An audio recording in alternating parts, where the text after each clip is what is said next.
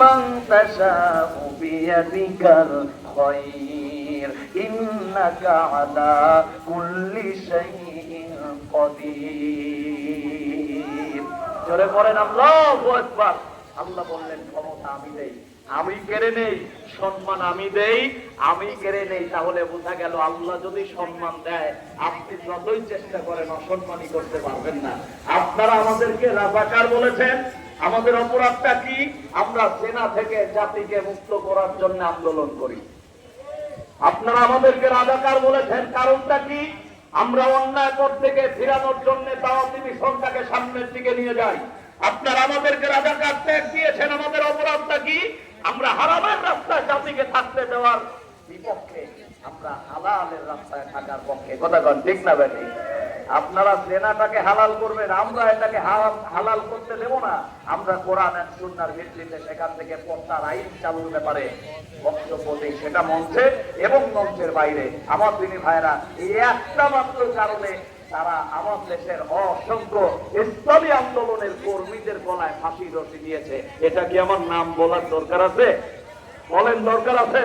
মাওলানা মতিউর রহমান নিজামী জামতার এলাকায় দেখেন, ছোট থেকে শুরু করে বৃদ্ধ পর্যন্ত কেউ তার বিপক্ষে কথা বলে না, সবাই একটাই কথা বলে, হ্যাঁ লোকটা ভালো ছিল।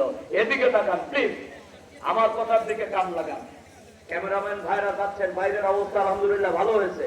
হুজুর ওখানে কথা বলবেন, আমি শেষ করে দেবো, অল্প সময়ে শেষ করে দেবো ইনশাআল্লাহ। আমাদের অপরাধটা কি? এদিকে তাকান। অপরাধ হলো আমরা ন্যায় নিষ্ঠার কথা বলি। আমার দিনী ভাইরা, এই ন্যায় নিষ্ঠার কথা বলার কারণে মাওলানা গোলাম আজমের গলায় ফাঁসির রশি উঠেছে। একই কারণে কাদের মোল্লার গলায় ফাঁসি উঠেছে।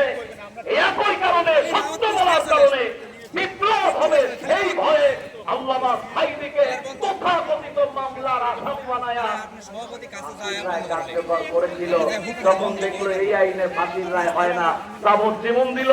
যখন দেখলো তাও তো কিছু হয় না, হঠকারী সিদ্ধান্ত নিয়ে তথাকথিত ট্রিটমেন্টের নামে সুকৌশলে ঠান্ডা মাথায় তাকে হত্যা করা হয়েছে। কথা ঠিক না ভাই?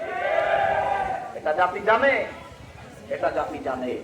আমার সম্মানিত ভাইরা, এজন্য আমি আপনাদের কাছে যে তথ্যটা দিতে চাই তা হলো, আমরা রাসূলুল্লাহ সিরাত থেকে এটাই জানবো, রাসূলুল্লাহ সিরাতের অনুসরণ অনুকরণে আল্লাহ আমাকে সহ সকলকে যেন অনুপ্রাণিত করে। আল্লাহ সেই তৌফিক দান করুন, আমিন। জোরে পড়েন আল্লাহুম্মা আমিন। একটু আমরা জিকির করি, লা ইলাহা।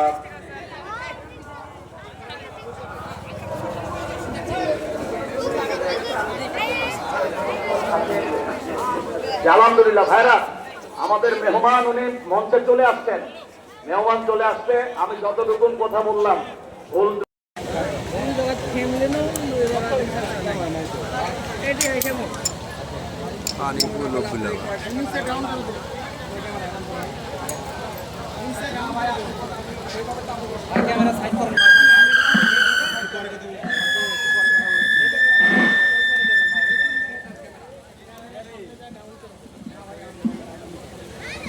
সম্মানিত ভট্টপাড়া এলাকাবাসী, আমরা এখন যারা ঘোরাফেরা করতেছি, আমরা ইতিমধ্যে দেখতে পাচ্ছি আমাদের প্রধান বক্তা আলহাজ হযরত মাওলানা বদরুল রশিদ মিয়া কামাল বগুড়া, তিনি আমাদের সামনে উপস্থিত হয়ে গেছেন।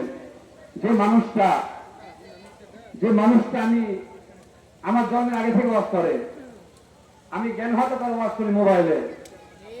তো এত বড় একটা মানুষ, আমরা অনেকে জানি এই মাতনগর নলডাঙ্গা থানায় অনেকবার শুনে এসেছেন। আমি অনেক শুনেছি আলহামদুলিল্লাহ।